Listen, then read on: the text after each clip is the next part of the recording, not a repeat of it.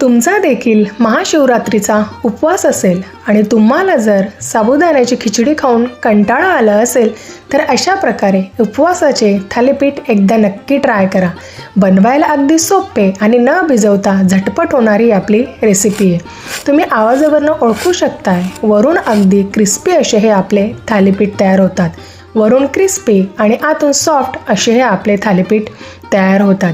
यासोबत मी दही आणि लिंबूच्या लोणच्याची रेसिपी सर्व केली आहे. आता हे उपवासाचं लिंबूचं लोणचं आहे. तुम्हाला जर याची रेसिपी हवी असेल तर व्हिडिओच्या शेवटी किंवा डिस्क्रिप्शन बॉक्समध्ये मिळून जाईल. चला तर मग आपली उपवासाचे थालीपीठची रेसिपी सुरू करूया. पण त्याआधी अशाच नवनवीन आणि हेल्दी रेसिपीसाठी चॅनलला सबस्क्राईब नक्की करा. आता सगळ्यात आधी ते इथे मी भगरचं पीठ घेतलेलं आहे. आता इथे बरेच जण भगर खात नाही, तर तुम्ही भगरचं पीठ नाही घेतलं आणि इतर पीठ घेतले तरीही चालेल. नंतर इथे मी शिंगाड्याचं पीठ घेतलेलं आहे आणि इथे राजगिऱ्याचं पीठ घेतलेलं आहे. नंतर आता इथे मी साबुदाणे भाजून घेतलेले आहेत आणि ते देखील मिक्सरमध्ये बारीक करून घेतलेलं आहे. आता ते देखील आपण यात घेणार आहे.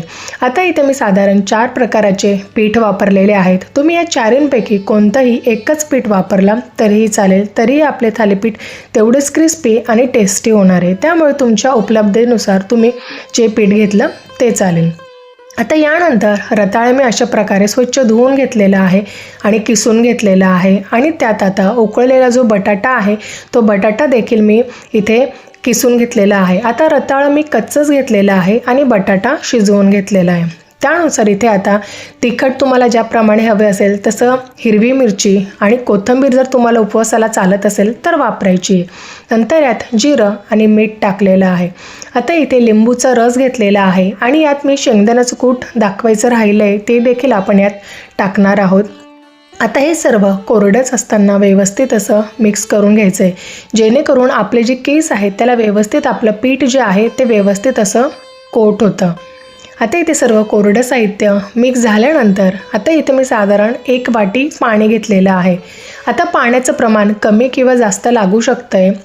आता इथे साधारण मी थोडं पाणी टाकून आवश्यकतेनुसार हे पीठ भिजवून घेणार आहे. आता पीठ भिजवताना खूप घट्ट किंवा खूप सैली करायचं नाही आहे. आपल्याला साधारण थालीपीठ थापता येतील इतपत असं मी हे भिजवून घेतलेलं आहे. तुम्ही बघू शकता अशा प्रकारे त्याचा गोळा तयार होतो आहे. इतपत मी पाणी टाकून हे भिजवून घेतलेलं आहे. आता इथे मला साधारण 1 वाटी पाणी लागलेलं आहे. आता इथे मी झाकून ठेवलं आहे आणि थालीपीठ आपण थापणार आहोत तोपर्यंत तवा देखील इथे गरम करायला ठेवणार आहे. आणि आपला तवा गरम होतो आहे तोपर्यंत इथे व्यवस्थित असं आपण थालीपीठ थापून घेणार आहोत. आता इथे मी बटर पेपर वापरलेला आहे. तुमच्याकडे जर कॉटनचा कपडा असेल तो ओला करून घेतला तरीही चालेल. आता बटर पेपरला इथे मी थोडंसं तेल लावून घेतलेलं आहे आणि नंतर आपला जे थालीपीठचा गोळा होता तो गोळा घेतलेला आहे. आता हे भिजवत ठेवायची सुद्धा गरज नसते, अगदी लगेचच आपण हे थालीपीठ करायला घेतले तरीही चालेल. नक्कीच ही रेसिपी ट्राय करा आणि अगदी झटपट होणारी आहे. आता अशा प्रकारे त्यातला मी गोळा घेतलेला आहे आणि तो अशा प्रकारे आता यावर थापून घेणार आहे. अगदी हलक्या हाताने असं हे थापून घ्यायचं आहे. आता थापताना मी इथे पाण्याचा वापर करणार आहे, जेणेकरून ते सहज पसरेल. आणि घट्ट जर असेल खूप असेल गोळा तर थोडंसं पाणी टाकून अजून सैल करून घ्या. आता अशा प्रकारे जर साईडने कडा आपल्या तुटत असतील तर अशा प्रकारे हाताने थोडं त्याला आकार देऊन घ्यायचा आहे आणि बोटांनीच अशा प्रकारे मी त्याला पूर्ण पसरवून घेतलेला आहे. आता इथे मी एकच मध्यभागी होल दिलेला आहे. तुम्ही तुमच्या याच्यानुसार 2 किंवा 3 देखील देऊ शकताय. आता आपलं तवा देखील मस्त गरम झालेला आहे. नंतर मी त्याला तूप लावलेलं आहे आणि आपण आता त्यावर थालीपीठ टाकून घेणार आहे. तुम्ही बघू शकताय अगदी सहज आपलं थालीपीठ बाहेर येतो बटर पेपरला सोडून आणि त्याला वरून देखील मी आता व्यवस्थित असं तूप टाकलं आहे. आता साईडने कडा सोडलेल्या आहेत आणि आता कडा सोडल्यावर आपण हे थालीपीठ पलटवून घेणार आहे. अगदी उपवास नसेल त्या दिवशी देखील तुम्ही हे पौष्टिक असं थालीपीठ खाऊ शकताय आणि मुलांना देखील देऊ शकताय. आता हे व्यवस्थित दोन्ही बाजूने अशा प्रकारे मी चमच्याने दाबून शेकून घेणार आहे. आता आपले दोन्ही मस्त बाजूने क्रिस्पी असं आपलं थालीपीठ शेकून झालेलं आहे, तुम्ही बघू शकताय. आपलं पहिलं थालीपीठ झाल्यानंतर इथे त्याच प्रकारे मी दुसरं देखील थापून घेणार आहे. आता त्याचप्रमाणे थोडंसं पाण्याचा हात लावून मी पसरवून घेणार आहे. आता आपल्या इथे दुसरं थालीपीठ देखील तयार आहे आणि त्याच प्रकारे मी दोन्ही बाजूंनी व्यवस्थित असं क्रिस्पी होईपर्यंत शेकून घेणार आहे.